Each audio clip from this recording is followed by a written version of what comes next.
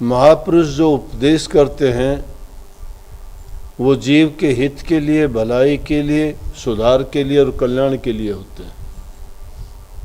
लेकिन इतनी सहज में ये जीव मानता नहीं है।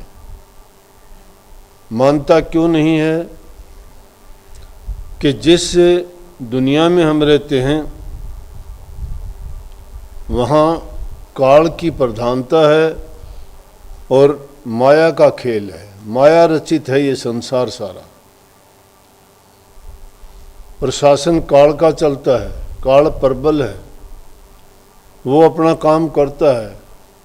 परंतु महापुरुष जो वचन जीव को बताते हैं उनके कल्याण के लिए, हित के लिए,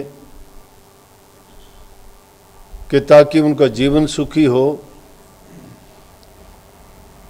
और बार बार इस संसार के दुखों को भोगने के लिए वो अलग अलग योनियों में पड़ के इस दुनिया में ना आए। क्योंकि यहाँ ये अपने मर्जी से नहीं आए, बल्कि काल ने जो भक्ति की थी, सत्य पुरुष ने इनको वरदान के तौर पे काल को सौंप दिया। लेकिन जब उन्होंने देखा कि मेरे जीव इस काल और माया के देश में दुखी हैं,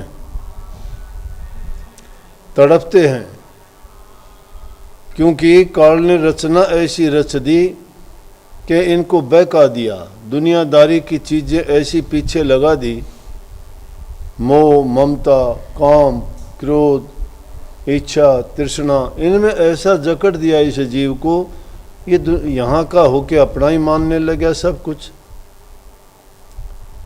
इस संसार को अपना ही समझ बैठे, ये मेरा ही है।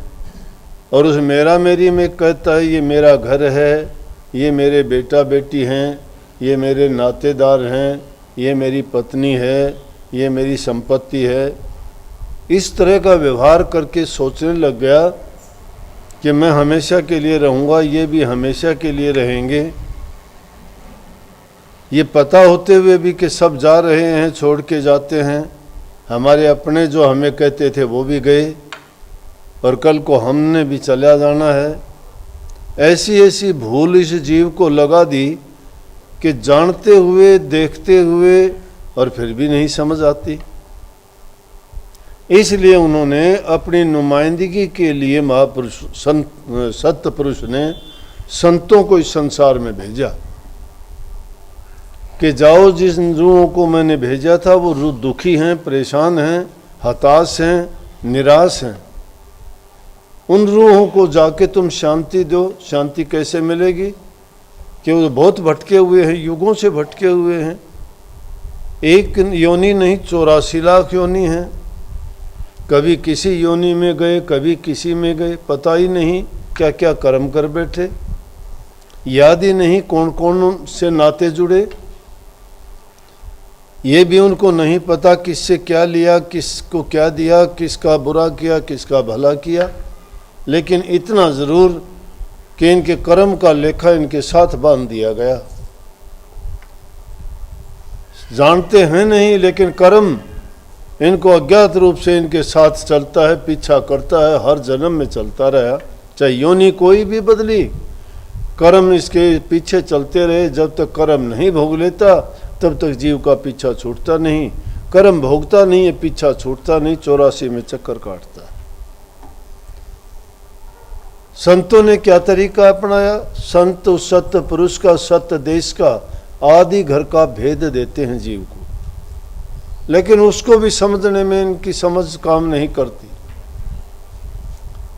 संतों की बात पर गौर नहीं करते, मिथ्या समझ लेते हैं। दुनियादारी की जो और बातें हैं उनकी भांति सोचता है ये भी वैसी बात है, वो बात ऐसी नहीं है।